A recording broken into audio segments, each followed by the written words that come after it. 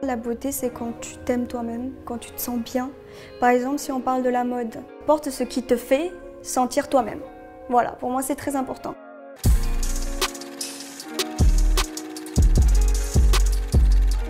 Je m'appelle Caroline Hu, j'ai 25 ans, je suis née en France, j'ai grandi en Espagne et je suis influenceuse.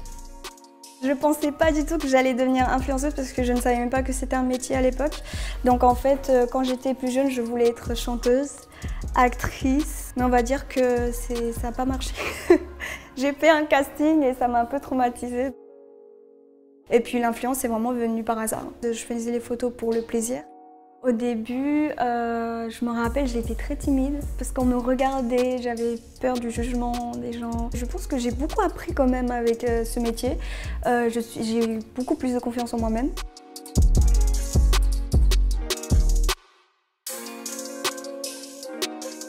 Donc en fait, je suis partie faire mes études en Espagne depuis petite, jusqu'à mes 14 ans.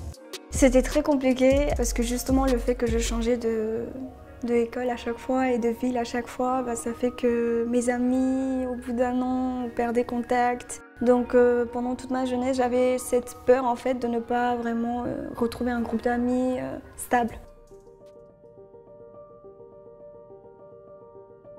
Avant mes 10 ans, j'étais la première de classe. Je me faisais beaucoup harceler parce que peut-être justement j'étais la fille timide qui faisait que d'étudier. Moi, l'erreur que j'ai faite, c'est que je n'ai pas parlé à mes proches. Mes parents, ils sont jamais su. Parlez-en, n'ayez pas peur, parce que moi, c'est ça, j'avais peur. J'avais peur et tout, donc voilà. Et n'ayez surtout pas peur d'être différent aux autres. Hein. C'est pas grave si on est différent.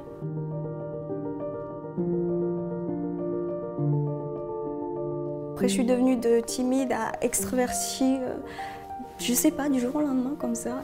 C'est très bizarre, mais du coup, au moins, on a arrêté de m'harceler. Je trouve que ça a beaucoup forgé ma personnalité. Je suis devenue plus forte. Avant, j'étais très sensible. Maintenant, je ne le suis plus. Il y a des vidéos en fait sur TikTok par rapport à la mode qui ont explosé. Et du coup, ça a tellement bien marché que j'ai pris beaucoup d'abonnés d'un coup sur TikTok. Et après, eux, ils sont allés sur Instagram me suivre aussi. Et du coup, en fait,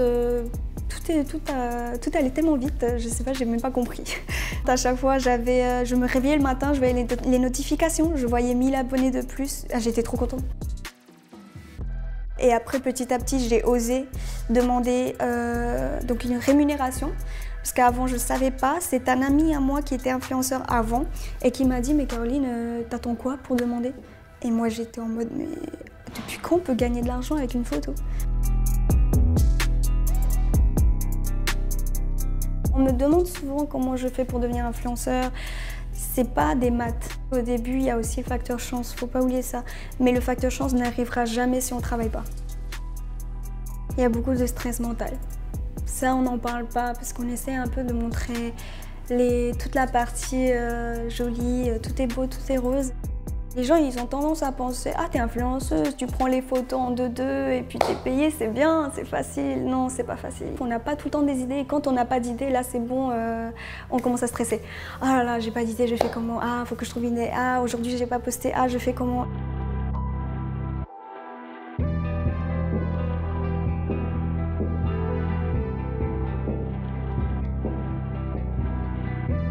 Jamais j'aurais cru que ce métier pourrait m'aider à évoluer et devenir quelqu'un d'autre.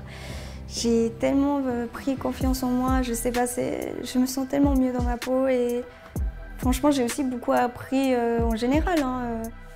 C'est quand même la petite fille, quand j'étais petite, qui se faisait harceler, c'est quand même elle qui m'a aussi aidée à devenir la femme que je suis aujourd'hui et je pense que je suis beaucoup plus forte aussi grâce à mes expériences.